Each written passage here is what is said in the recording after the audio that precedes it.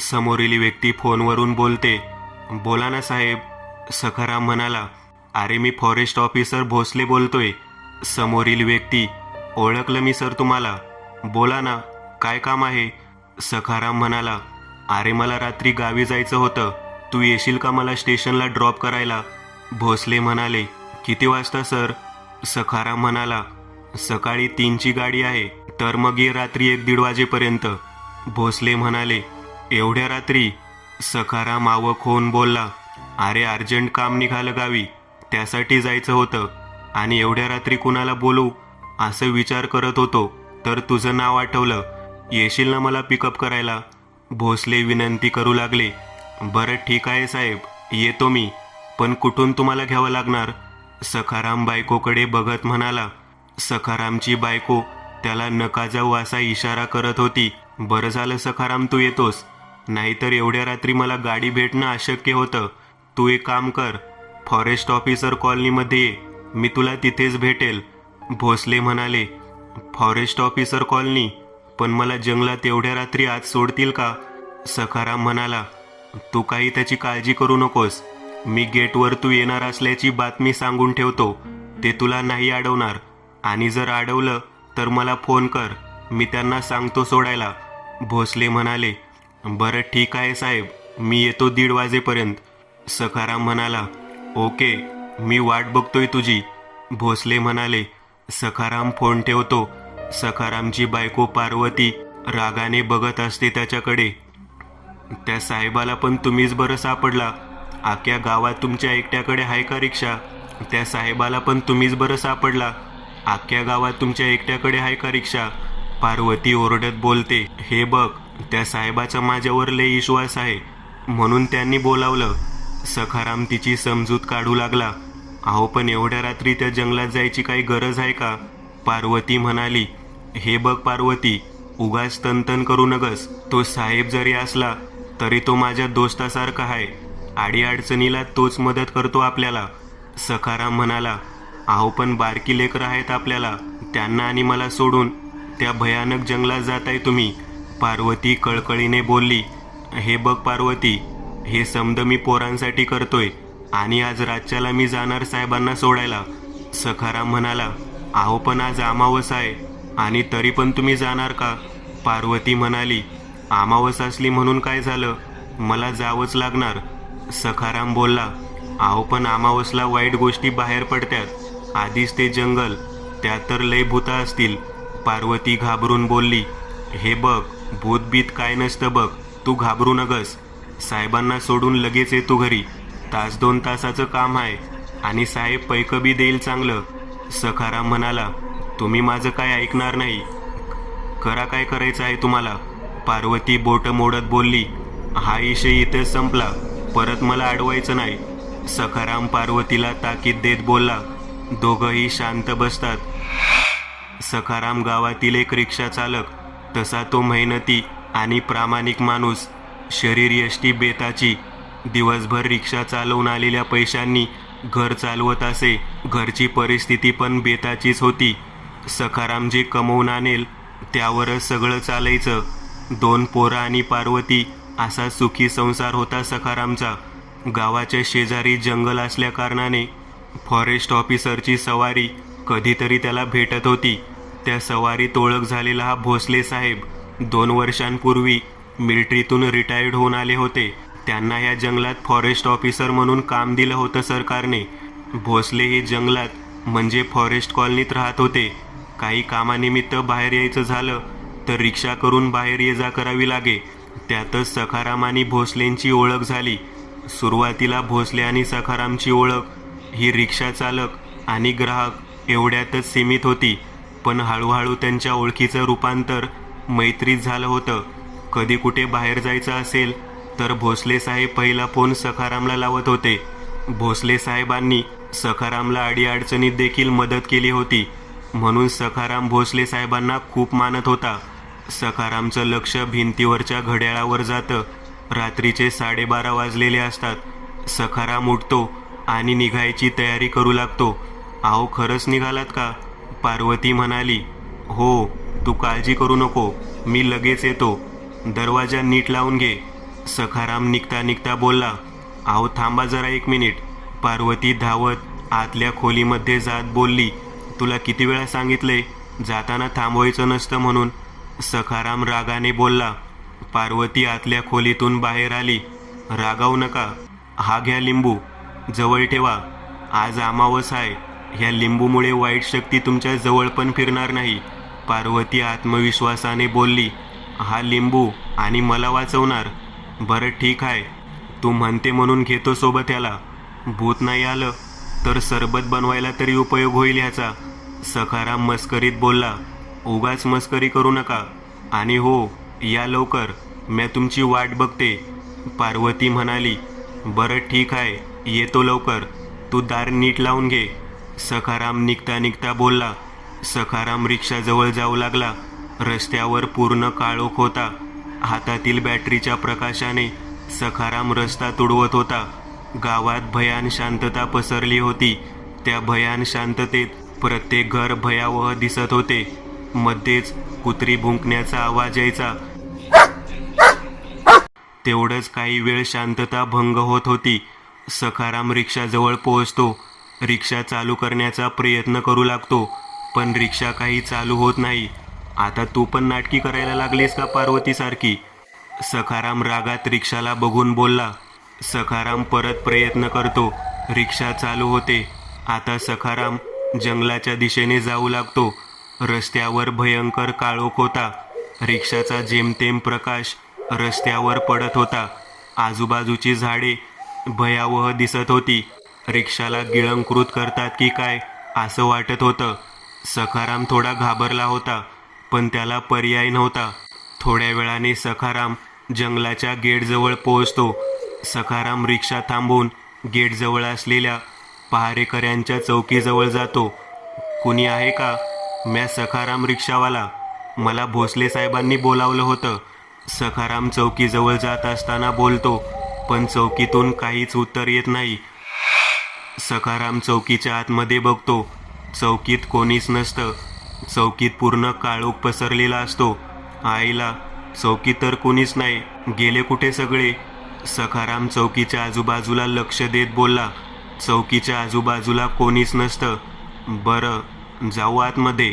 कोणी पकडलं की सांगू भोसले साहेबांचं नाव. सखाराम स्वतःशी पुटपुटला. सखाराम मागे वळून रिक्षाजवळ जाऊ लागला. तेवढ्यात एक कर्कश आवाज आला. कोण आहे तू? इथं कशाला आलाय? सखाराम मागे वळून बघतो.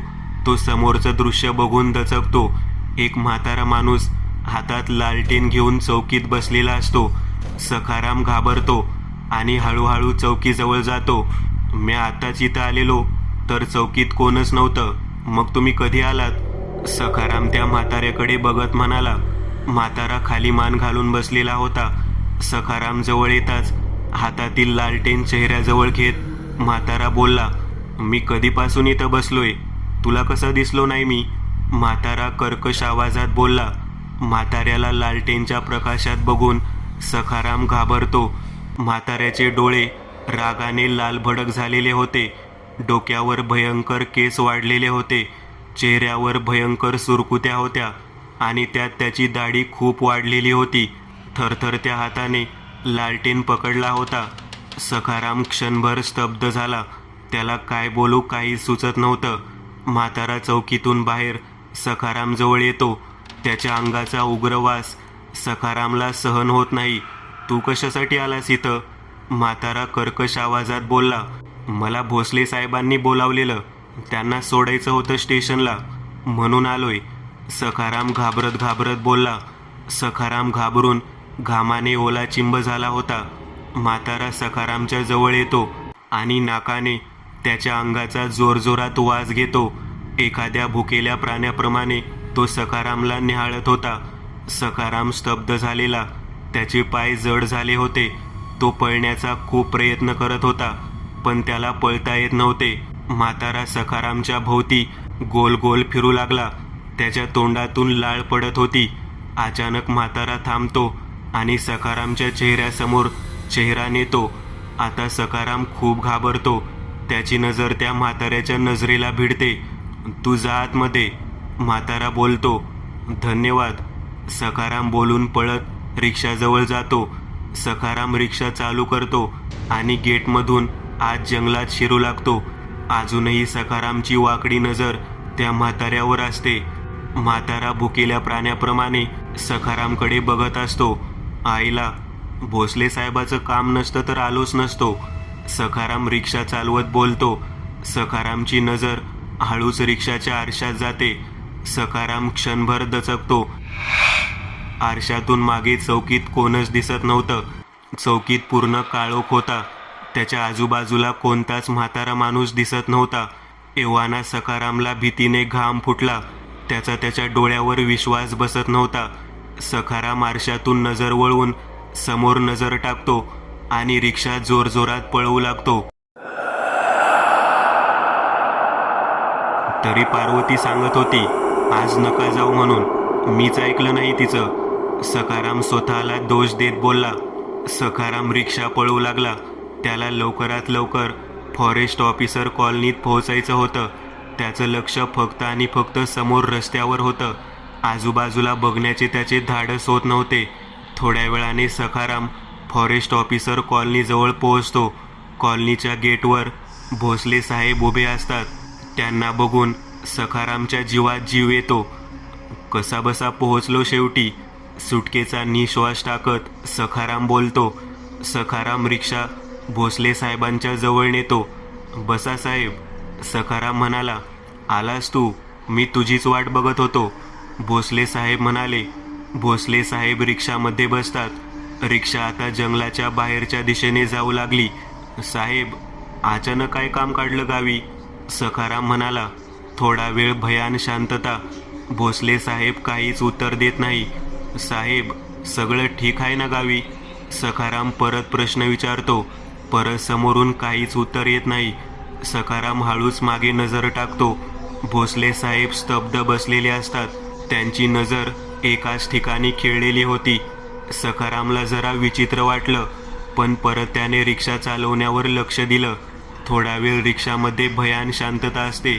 सखारामला कधी एकदा स्टेशनला पोहोचतोय असं झालं होतं. सखाराम रिक्षा चालवत असताना अचानक दचकतो. समोर रस्त्यावर एक बलाढ्य वाघ उभा असतो. वाघाला बघून सखारामची बोबडीच वळून जाते. साहेब साहेब समोर वाघ आहे साहेब. सखाराम घाबरून बोलतो. तू रिक्षा थांबवू नकोस. भोसले विचित्र आवाजात बोलले. आता वाघाची नजर रिक्षावर पडते. सखारामची रिक्षा वाघाजवळ जाऊ लागते. वाघ रिक्षाला बघतो आणि रिक्षाकडे धावत येतो. धावत येणारा वाघ बघून सखारामला साक्षात मृत्यू दिसत होता. साहेब काय करू साहेब? सखाराम घाबरत बोलला. मागून काहीच उत्तर येत नाही. वाघ जवळ येतो आणि रिक्षावर समोरून झडप घालतो. सखाराम घाबरून डोळे बंद करतो. रिक्षा वेडीवाकडी रस्त्यावरून चालू लागते आणि पुढे मोठ्या झाडावर जाऊन आदळते. सखाराम रिक्षाबाहेर फेकला जातो. सखारामच्या अंगावर भयंकर इजा झालेल्या असतात. कसाबसा स्वतःला सावरत सखाराम उठतो आणि मागे वळून बघतो. त्याला वाघ कुठेच दिसत नाही. अरे जर का वाघ रिक्षाला धडकला असता तर तो इथेच असला पाहिजे होता. मला भास तर नाही ना झाला. सखाराम घाबरत स्वतःशी बोलला. सखाराम धावत रिक्षाजवळ भोसले साहेबांना बघायला जातो. सखाराम रिक्षात बघतो तर भोसले साहेब रिक्षात नसतात. सखाराम आजूबाजूला शोधू लागतो, पण भोसले साहेबांचा काहीच सुगावा लागत नाही. आता मात्र सखारामला सुचायचं बंद झालं. भोसले साहेब कुठं आहे तुम्ही? सखाराम भोसले साहेबांना जोरजोरात हाक देऊ लागला, पण कुठून काहीच उत्तर येत नाही. सखाराम भोसले साहेबांना आजूबाजूला सगळीकडे शोधतो, पण काहीच पत्ता लागत नाही. आता घनदाट जंगलात फक्त आणि फक्त सखाराम असतो. सखाराम भीतीने गळून पडला होता. त्याला काहीच सुचत नव्हतं. सखाराम हळूहळू पूर्ण जंगलावर नजर फिरवतो. अख्खं जंगल भयानक राक्षसासारखे दिसत होतं. अचानक एक जोरात किंकाळी सखारामच्या कानावर पडते.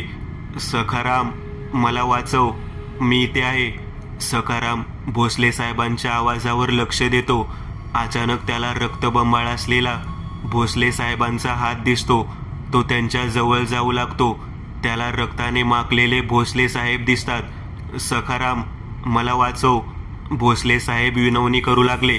सखाराम भोसले साहेबांना उचलायला जाणार तेवढ्यात भोसले साहेबांचं शरीर जंगलात वाऱ्याच्या वेगाने फरफटत जातं.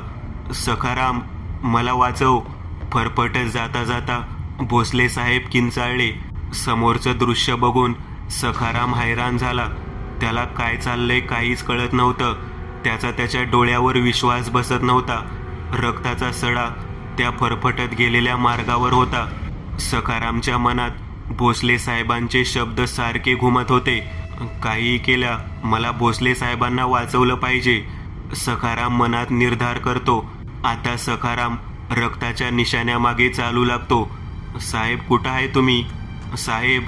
सखाराम चालता चालता ओरडू लागला, पण काहीच उत्तर येत नाही.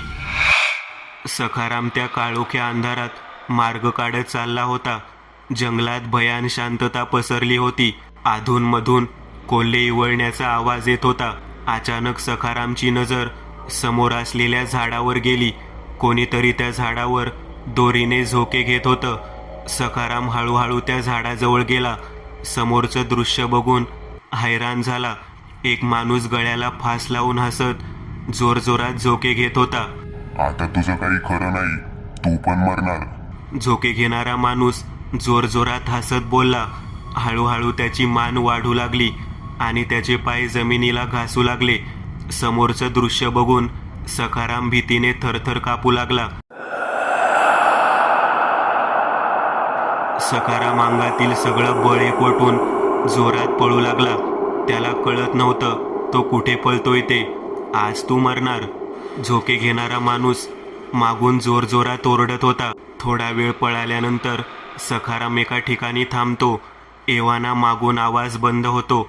जंगलात परत भयान शांतता पसरते. सखाराम घाम पुसतो आणि त्याची नजर समोरच्या झाडाखाली जाते.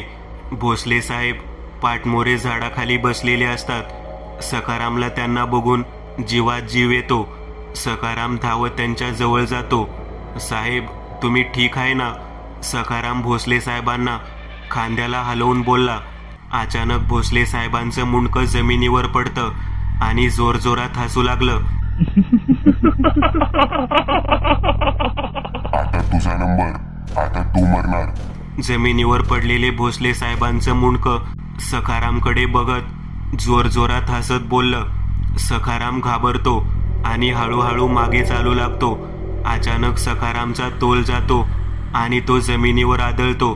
मला सोडा, म्या काय केलंय तुमचं? सखाराम रडत रडत विनवणी करू लागतो.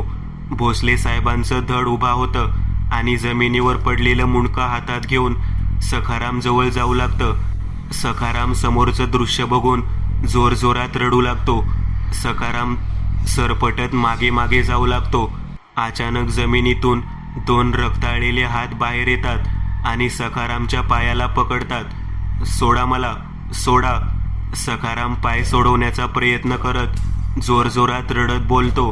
खूप प्रयत्न करून देखील रक्ताळलेल्या हातातून सखारामच्या पायांची सुटका होत नाही.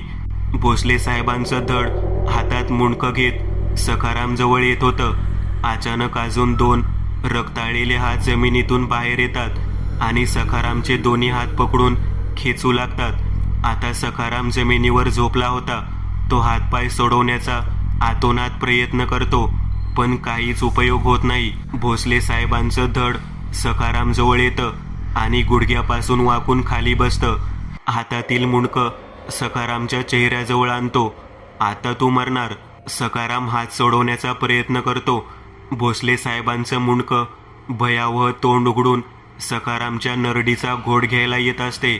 अचानक सखारामचा एक हात सुटतो. बाजूला पडलेला दगड उचलून भोसले साहेबांच्या मुंडक्यावर वार करतो. अचानक मुंडकं हसायचं बंद होतं आणि रागाने सखारामकडे बघत असतं. हळूहळू मुंडक्याच्या डोक्यातून रक्त वाहू लागले आणि मुंडकं जोरजोरात हसू लागले. रक्ताळलेलं मुंडकं बघून सखारामचे डोळेच पांढरे होतात. परत जमिनीतून एक हात बाहेर येतो आणि सखारामला जखडून धरतो. आता सखारामला हालता येत नव्हतं. भोसले साहेबांचं मुंडकं हळूहळू सखारामच्या नरडीचा घोट घ्यायला जवळ येऊ लागतं. सखाराम डोळे बंद करून जोरात किंचाळतो. पार्वती, मला वाचव. सखाराम म्हणाला. अहो काय झालं तुम्हाला? सखाराम हळूच डोळे उघडतो. तो घरी असतो. समोर पार्वती चिंतेने त्याच्याकडे पाहत असते. पार्वतीला बघताच तिला जोरात मिठी मारतो. वाचव पार्वती, मला वाचव. सखाराम जोरजोरात ओरडत बोलतो. अहो वाईट स्वप्न बघितलं का तुम्ही? एवढं का घाबरला तुम्ही? किती घामाघूम झालाय तुम्ही? पार्वती धीर देत बोलली. सखाराम शांत होतो. थोड्या वेळाने भानावर येतो. म्हणजे मी आतापर्यंत स्वप्न बघत होतो? सखाराम आश्चर्यचकित होऊन विचारतो. होय, तुम्ही झोपेत ओरडत होता. पार्वती म्हणाली. मग तो भोसले साहेबांचा फोन आलेला तो? सखाराम म्हणाला. कुठं आणि कधी आला फोन? तुम्ही स्वप्नात होता वाटते. थांबा मी आले. लक्ष्मी आतल्या खोलीत जात बोलते. लक्ष्मी आतल्या खोलीतून अंगारा घेऊन येते आणि सखारामला लावते. आता देवाचा अंगारा लावला आहे. आता तुम्ही झोपा. आता परत वाईट स्वप्न येणार नाही. पार्वती धीर देत बोलली. सखाराम एव्हाना सावरतो आणि झोपण्याचा प्रयत्न करू लागतो. थोड्या वेळाने त्याला शांत झोप लागते. सकाळ होते. सखाराम न्याहारी करून रिक्षा चालवायला जाऊ लागतो. त्याच्या मनात अजून काल रात्री पडलेलं स्वप्नाचा विचार घोळत असतो. अचानक फोन वाजतो. हॅलो, सखाराम बोलतोय का? समोरील व्यक्ती. हां, आपण कोण बोलताय? मी सुरेश, भोसले साहेबांचा मित्र. त्यांच्या मिसेसने दिला होता तुमचा नंबर. सुरेश म्हणाला. बोला, काय काम आहे? सखाराम म्हणाला. मला भोसले साहेबांच्या घरी जायचं होतं, तर तुम्ही मला न्यायला स्टेशनला येऊ शकता का? सुरेश म्हणाला. येतो ना साहेब, 2 मिनिटे थांबा, मी लगेच येतो. सखाराम फोन ठेवत बोलतो. अगं पार्वती, मला भाडं आले, मी निघतो आता. पार्वतीचा निरोप घेत सखाराम बोलला. थोड्या वेळाने सखाराम सुरेशला स्टेशनवरून घेऊन फॉरेस्ट ऑफिसर कॉलनीकडे जाऊ लागतो. कालच्या स्वप्नाचा विचार करून सखारामला स्वतःचं हसू येऊ लागलं. अचानक सुरेश बोलतो. तुम्हाला कळलं का? कशाबद्दल साहेब? काल रात्री भोसले साहेब वारले. सखारामला कालचं स्वप्न आठवू लागलं. भीतीमुळे त्याच्या हातापायाला घाम फुटू लागला. कशामुळे वारले? सखाराम घाबरत घाबरत म्हणाला. त्यांना रात्री हृदयविकाराचा अटॅक आला आणि त्यातच त्यांचा मृत्यू झाला. सुरेश म्हणाला. म्हणजे कालच्या स्वप्नाचा आणि त्यांच्या मृत्यूचा काहीच संबंध नाही? सखाराम घाम पुसत स्वतःशी पुटपुटला. थोड्या वेळाने रिक्षा फॉरेस्ट ऑफिसर कॉलनीजवळ पोहोचते. साहेब, आलं भोसले साहेबांचं घर. सखाराम म्हणाला. तुम्ही येत नाही का आत? सुरेश म्हणाला. येतो, थांबा, रिक्षा जरा बाजूला लावतो. सखाराम म्हणाला. रिक्षा बाजूला लावून सुरेश आणि सखाराम घरात शिरतात. घरात खूप गर्दी असते. घराच्या हॉलमध्ये भोसले साहेबांचं शेव ठेवलेलं असतं.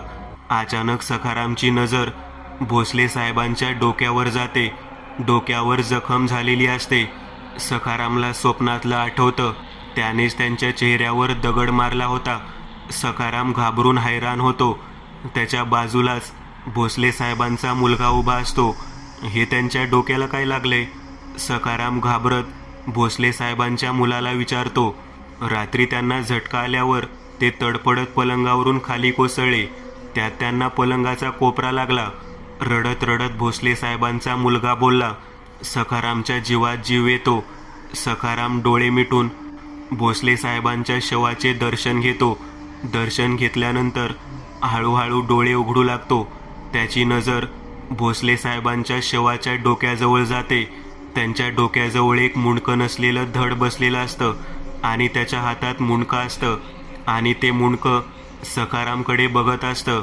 हा तर मेला, आता तुझा नंबर. भोसले साहेबांचं मुंडकं. सखाराम समोरचं दृश्य बघून बेशुद्ध पडतो. मित्रांनो, आज पुरतं एवढंच. तुम्हाला जर काही गोष्ट आवडली असेल तर नक्की लाईक करा. तुमच्यापैकी बरेचसे जण व्हिडिओ लाईक न करताच पळून जातात. पण हा जर व्हिडिओ तुम्ही लाईक केला तर मला जरा बरं वाटेल आणि असेच भारी भारी व्हिडिओ बनवायची माझ्यात एनर्जी येईल. त्यामुळे नक्की लाईक करा. आणि अजूनही कोणी या चॅनलला सबस्क्राईब केलेलं नसाल तर लगेच सबस्क्राईब करून टाका. आणि बाजूची घंटी ती मात्र दाबायला विसरू नका. देवाची घंटी आहे ती.